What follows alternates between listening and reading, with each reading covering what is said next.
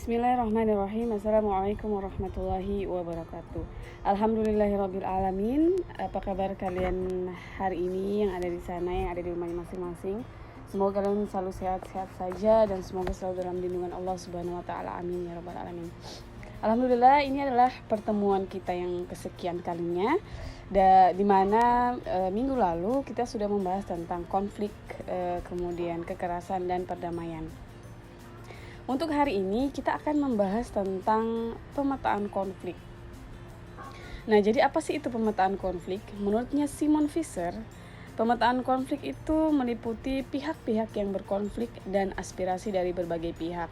Pemetaan konflik ini adalah cara untuk menggambarkan konflik secara grafis, yaitu menghubungkan antara pihak yang bermasalah dengan pihak yang lain.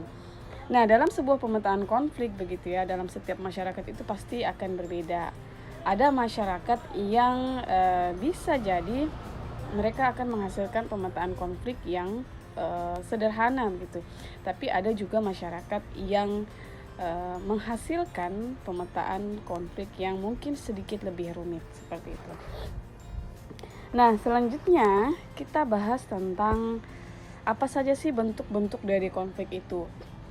Nah, menurutnya Lewis Coser, konflik itu berdasarkan bentuknya, dia membedakan konflik atas dua bentuk. Yang pertama adalah konflik realistis, di mana konflik ini berasal dari kekecewaan individu atau kelompok terhadap sistem dan tuntutan-tuntutan yang terdapat dalam hubungan sosial. Nah, ini misalnya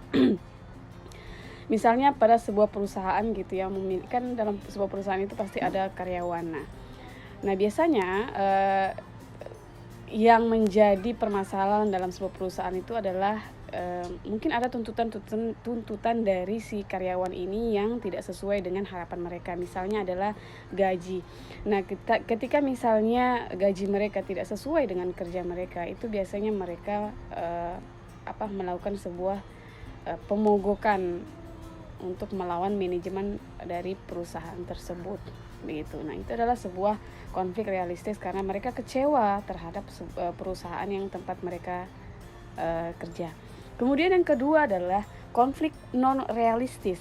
Ini adalah konflik yang bukan berasal dari tujuan persaingan yang antagonistis atau berlawanan, melainkan dari kebutuhan pihak-pihak tertentu untuk meredakan ketegangan.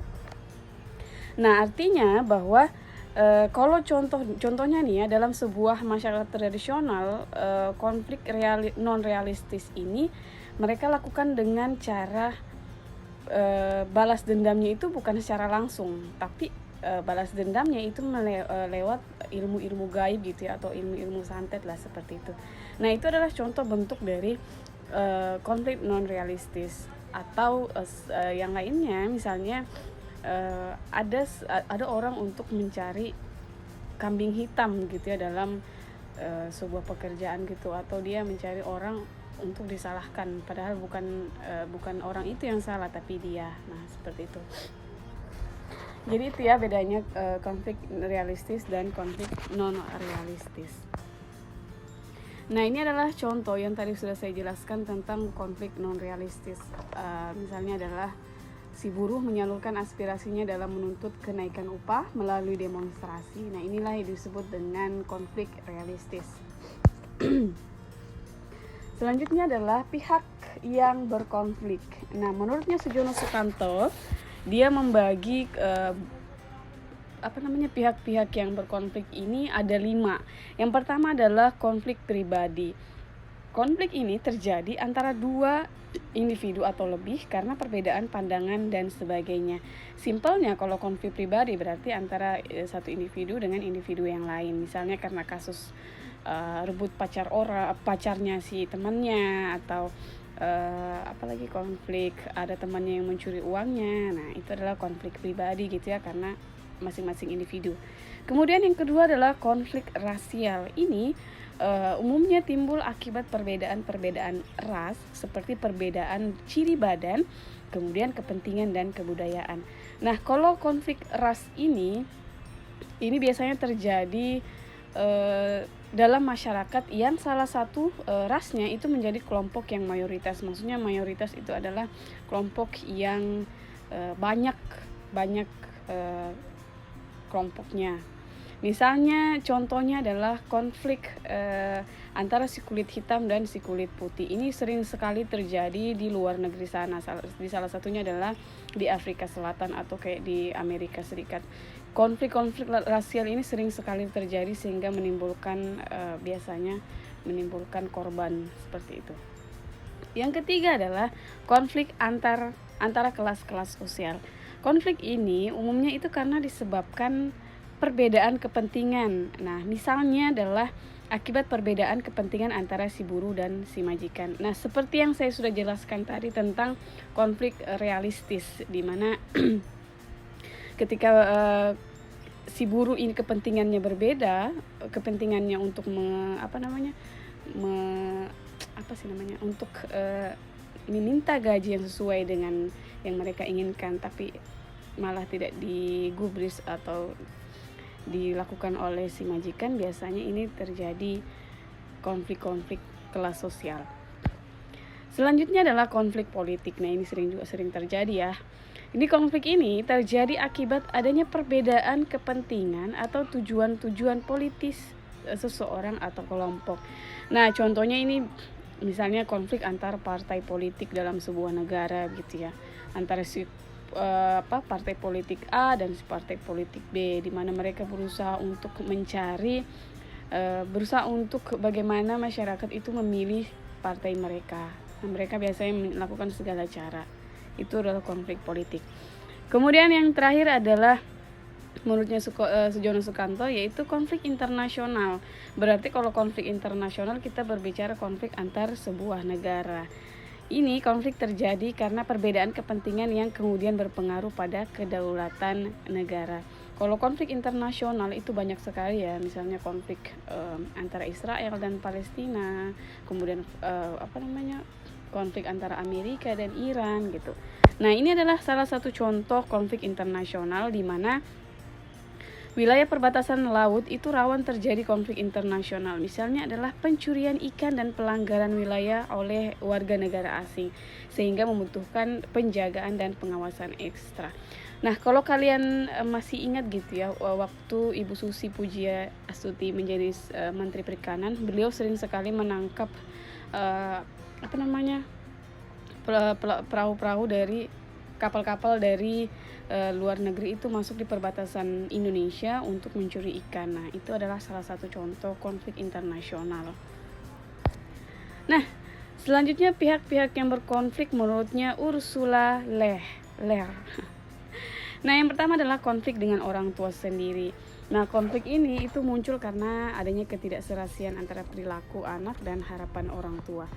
Ya, kita tahu lah gitu ya, orang tua pasti mengharapkan anaknya baik-baik saja, berkelakuan baik, tapi terkadang apa yang diharapkan orang tua itu ternyata tidak sesuai dengan perilakunya si anak gitu. Misalnya juga yang lain, misalnya ada orang tua yang mau anaknya masuk kedokteran, tapi anaknya tidak suka masuk kedokteran, malah anaknya suka masuk perikanan atau teknik atau keguruan dan lain-lainnya. Kemudian yang kedua adalah konflik dengan anak-anak sendiri. Nah, ini terjadi sebagai reaksi orang tua atas perilaku anak yang tidak sesuai dengan harapan orang tua. Nah, kalau ini biasanya itu orang tua itu memberikan tanggapan yang berlebihan atas perlawanan atau pembangkangan si anak. Nah, biasanya ini lebih ke kekerasan kali ya. Ketika misalnya si anak ini berkelakuan tidak baik, biasanya orang tuanya menghukum anak ini dan mengurangi hak-hak mereka. Nah, itu. Kemudian konflik dengan keluarga. Nah, konflik ini dapat terjadi dalam seluruh perkembangan seseorang. Kalau konflik keluarga ya misalnya antara suami dan istri, atau kemudian antara antara anak yang satu dengan anak yang lain, misalnya berkonflik gara-gara mungkin warisan atau terlalu ikut campur dengan urusan keluarga yang lain. Nah, itu adalah konflik dengan keluarga. Kemudian konflik dengan orang lain. Nah, konflik ini timbul dalam hubungan sosial dengan lingkungan sekitarnya, misalnya konflik dengan tetangga atau teman kerja. Kemudian konflik dengan suami atau istri. Nah, konflik ini umumnya timbul akibat berbagai kesulitan yang dihadapi dalam sebuah perkawinan. Ya, namanya suami istri pasti menghadapi yang namanya konflik ya, mau itu konflik kecil maupun konflik besar. Misalnya konflik tentang pemasukan ya, atau pendapatan yang sedikit itu biasanya menjadi konflik juga, atau persoalan ekonomi lah paling utama biasanya terjadi. Kemudian yang selanjutnya adalah konflik dengan teman sekolah. Nah, ini sering sekali terjadi gitu ya. Dimana konflik di sekolah itu dapat berupa konflik akibat tidak dapat mengikuti pelajaran, tidak lulus ujian, konflik hubungan antara guru dan murid dan teman sekolah. Nah, ini kalian pasti sudah tahu lah ya. Kemudian konflik dalam pemilihan pekerjaan. Nah, konflik ini bisa berupa konflik yang timbul dari pekerjaan itu sendiri, misalnya pekerjaan yang membosankan atau terlalu berat. Kemudian konflik agama. Konflik ini umumnya berhubungan dengan pertanyaan-pertanyaan mengenai hakikat dan tujuan hidup, aturan dan perilaku yang bertentangan dengan agama. Konflik agama pun kalian juga pasti tahu lah ya seperti apa. Kemudian yang terakhir tentang konflik pribadi. Lagi-lagi kalau kita berbicara tentang konflik pribadi, ya konflik dengan diri sendiri lah ya. Ini konflik ini timbul karena minat yang berlawanan, atau tidak ada keuletan, atau tidak ada kemampuan untuk mengembangkan diri, serta tidak adanya semangat hidup.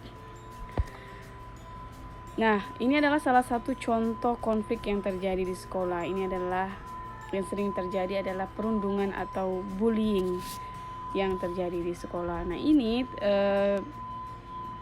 bisa mengancam perkembangan si anak baik secara fisik maupun secara mentalnya si anak. Nah, pembahasan kita yang terakhir adalah dinamika konflik. Nah, setelah kita memetakan konflik itu, kemudian kita melihat tahapan dinamika konflik ini. Nah, untuk memahami dinamika konflik ini adalah dengan melihat sumber konfliknya, kemudian menganalisa karakter hubungan di antara si berbagai pihak yang berkonflik, kemudian mencari model tindakan yang harus dilakukan dan melihat penahapan konflik. Nah, tahapan yang pertama adalah prakonflik. Jadi apa sih itu prakonflik?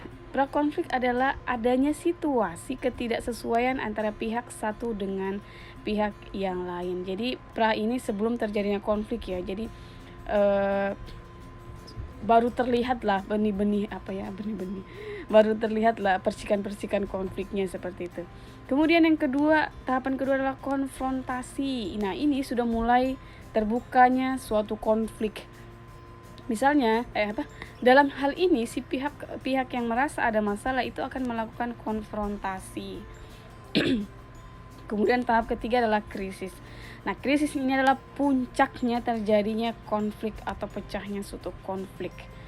Kemudian terakhir adalah pasca konflik. Jadi di sini pasca konflik artinya bahwa keadaan ini mengakhiri berbagai konflik gitu ya, atau konfrontasi. Nah, pada tahap ini juga hubungan antara si kedua belah pihak yang berkonflik ini mengarah ke keadaan yang normal. Apakah dia sama-sama mengalah atau sama-sama menuju ke perdamaian, seperti itu.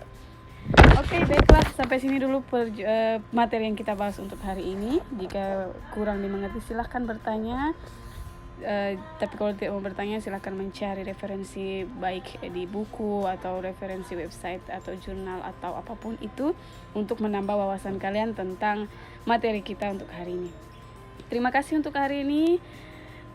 Tetap semangat belajar walaupun kita belajar dari rumah, dan kalau kita ingin sukses itu berasal dari diri kita sendiri, bukan dari orang lain. Kalaupun dari orang lain ya dia sebagai orang yang ya menyemangati kita lah, seperti itu. Oke, terima kasih. Akhir kata dari saya, wassalamualaikum warahmatullahi wabarakatuh.